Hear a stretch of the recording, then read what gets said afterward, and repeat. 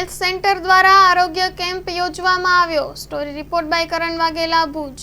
મારું નામ કાસમ સુલેમાન કુંભાર ઉર્ફે ઝાલાભાઈ, વોર્ડ નંબર 3નું નગરસેવક ભારતીય જનતા પાર્ટીનો।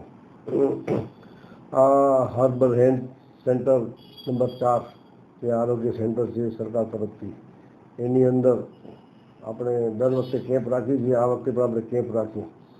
કેમ્પમાંથી લાભાર્થીઓને મેસેજ બનાવ્યા, મેસેજ બધાને મોકલાવ્યો। વોર્ડ નંબર 3ના હોય અથવા બીજા ભુજના ગમે તેના હોય, બરાબર છે।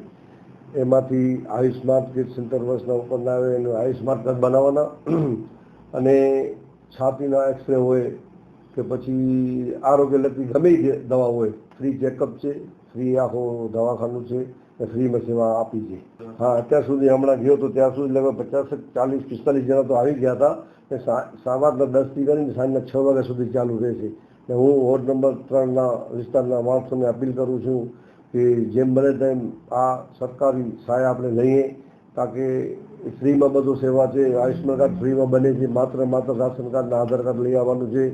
છાતીમાં દુખાવો હોય એનું એક્સરે થાય છે, લેબોરેટરી થાય છે, એક્સરે થાય છે, બધી સુવિધા ચાલુ છે। મિની હોસ્પિટલ છે આપણી। હા, વોર્ડ નંબર 3 અંજલિનગર, સુરબીડ રોડ। હા, મદદરૂપ તો કહું છું કે ગરીબ માણસો આજ બારી જવા દવા લેવા જાય, એક્સરે પાડવું હોય ને એને 500-1000 રૂપિયા લાગી જાય। આયુષ્માન કાર્ડ જે વખતે આપણે ઓછીનું કાંઈક આપણે હલા ન કરે એવું વસ્તુ થાય તો પછી ભાગદોડ કરવી પડે છે। એના કરતાં આયુષ્માન કાર્ડ આપણે બનાવી લઈએ, હાથમાં પડ્યો હોય, જ્યારે પણ કોઈ કુદરતી એવી આફત આવે, બીમારી આવે તો તરત જ આપણે આધાર કાર્ડ, આયુષ્માન કાર્ડનો આપણે લાભ લઈ શકીએ। પછી ઘણીવાર એવું હોય કેમ કે આયુષ્માન કાર્ડ બન્યા પછી પણ 3 વર્ષ સુધી ચાલશે આપણે, અને 3 વર્ષમાં આપણે કાંઈ એનું યુઝ ન કર્યું તો પાછું પણ એનું થઈ જશે।